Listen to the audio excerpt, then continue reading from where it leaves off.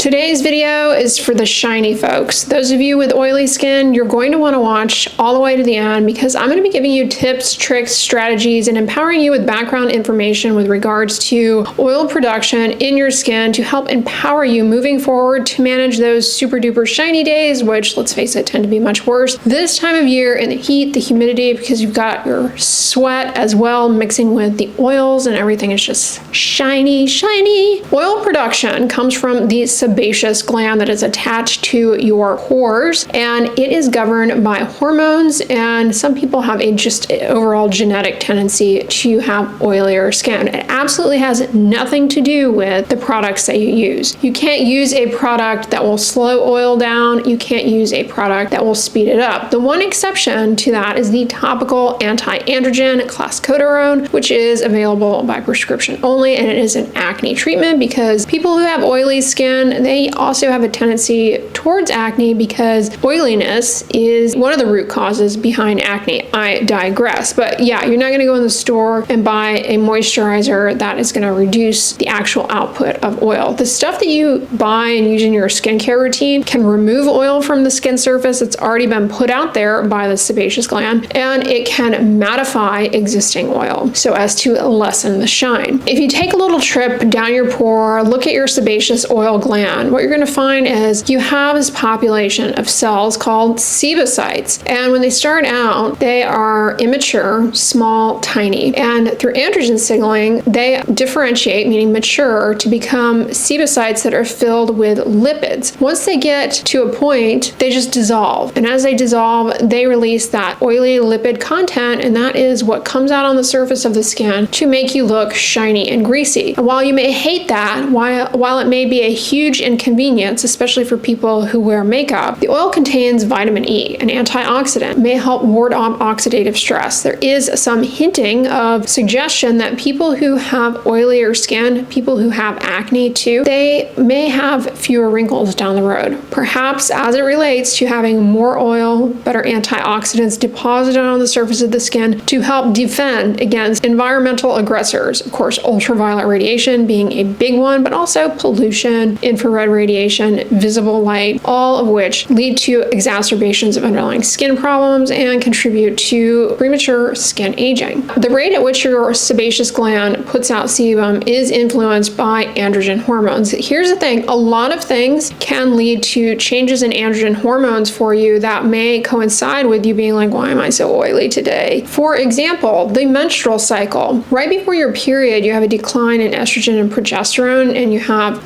more androgen presence at the sebaceous gland. That is why women tend to note that their skin is oilier, and it's not uncommon to get little breakouts around your period because, again, that oil in the pore, the Cutibacterium acnes, it breaks it down, generates inflammation. You get that oil kind of gets gummed up with the skin cells lining the pore, and you get a comedone, and yeah, you get breakouts. The other thing that can influence hormones is underlying medical conditions. Now, recently I did a video all about the skin signs of insulin resistance. You need to check that out because there's some warning signs that can really make a difference if recognized early and your insulin resistance is caught in terms of if lifestyle modifications are implemented helping to prevent, ward off diabetes. But you'll recall from that video, when you have insulin resistance, you also can have an elevation in testosterone and androgen hormone because high levels of insulin, as occurs in insulin resistance, because the body is not responding optimally to insulin, high levels of insulin in women tell the ovary to make more androgen hormone. If you have obesity, the excess adipose tissue also produces testosterone of its own accord that likewise can influence the oiliness of your skin directly. So keep that in mind as well. Those may be contributing factors. Many women have PCOS, polycystic ovary syndrome, and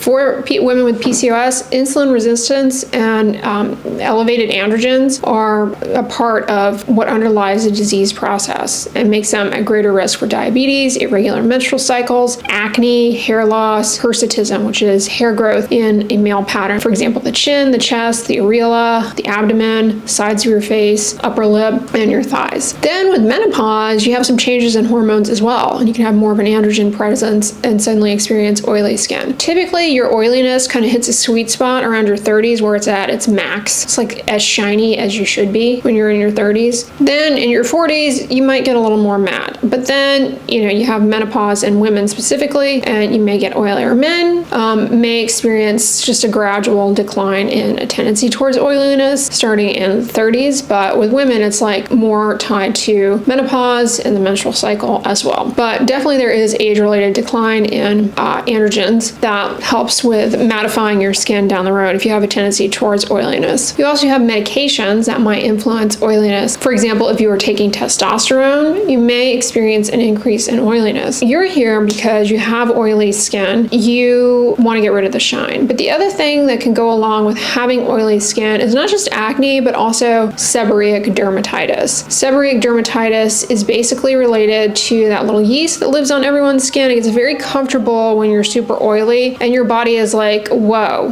whoa, whoa, whoa, not in my house. You are making a mess. Has like an inflammatory response to it, and you get these scaly, red, greasy patches. If you have a deeper skin tone, that will actually take away some of the color in your skin, lead to these hypopigmented white spots. It's not permanent, okay? Once the condition is controlled, your skin will go back to its background normal color, but that is how it presents in people with deeper skin tones. So you can also be plagued with seborrheic dermatitis as well if you have a tendency towards oily skin. People who take performance-enhancing drugs, anabolic steroids, definitely will get oilier. A lot of people who take these substances develop pretty intense acne. Oily skin goes along with that, as well as perhaps seborrheic dermatitis and conditions related to that little Malassezia yeast. Here's the other thing you need to know about your skin's production of oil is, yes, it's heavily influenced by androgen hormones, but there's also a circadian rhythm to your skin. Your skin isn't like pumping out oil at exactly the same rate all day and all night. It's kind of annoying because ideally, for skincare routine purposes, you would have like maximum oil production maybe at night, and then when you wake up in the morning, you have a lot of oil, you can wash it off. Ideal world thereafter, oil production would kind of dwindle throughout the day and then pick back up again at night. That would be the optimal situation for how most people plan their day, do their skincare routine. They have a morning and a nighttime routine. But oh no. The sebaceous oil gland actually is at its maximum activity in the afternoon, which is kind of annoying for how you might want to structure skincare practices that can remove the oil, like cleansing or a clay mask, as well as skincare practices that can mattify. So that's kind of going to be a lot of what you're going to do to reduce the shininess and oiliness is temporary things. So a clay mask definitely can help, but again, are you going to stop in the middle of the workday and be like, hold my coffee, gotta go to the bathroom, take off my sunscreen, my makeup, and just do a clay mask? Like, let's face it, that's not practical. It's going to be annoying, and your skin's probably going to get all irritated from doing that in the middle of the day randomly, and then reapply all of your skincare and makeup. Like, no one's doing that, and it's not practical, it's not reasonable. So when you wake up in the morning, you might choose to do a clay mask to remove whatever oil is on the surface of the skin to kind of get ahead of things. That way, by afternoon, yes, you are making more oil, but it's not on top of all of the oil from throughout the day. So people with oily skin tend to fare well washing their face twice a day.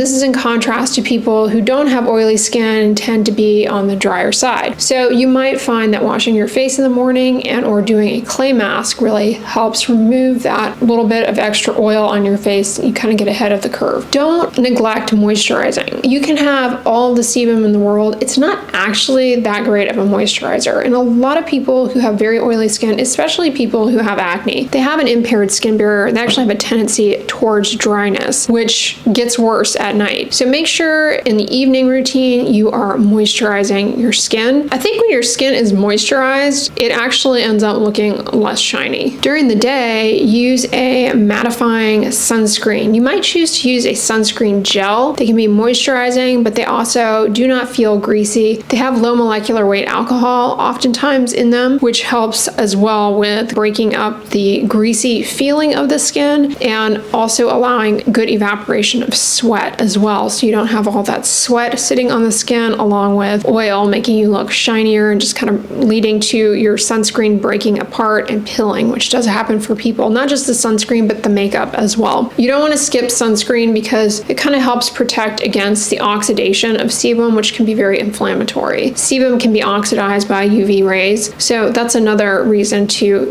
prioritize the sunscreen. I already mentioned sunscreen gel, but also consider moisturizers and sunscreens that are more dimethicone centric. They're usually marketed as oil-free. They don't feel as greasy on the skin. They're a lot more lightweight. Dimethicone, cyclomethicone. Then as you go throughout your day, especially in the afternoon when the oil gland is probably more active, you're getting shinier again. At that point, I recommend considering using a powder to mattify and to absorb some of that excess sebum. Now they make powdered sunscreens, which are a great option, but any makeup powder is also going to be fine. A lot of people also like to use those oil blotting sheets. They too are a great option for removing excess sebum. I often get questions like, is that going to remove my sunscreen blotting or using a powder in the middle of the day? It certainly will likely remove some, but if you're using a water resistant sunscreen especially, it's unlikely to remove so much that you have no sun protection on. I think it's probably actually negligible, the amount that is removed, given how, especially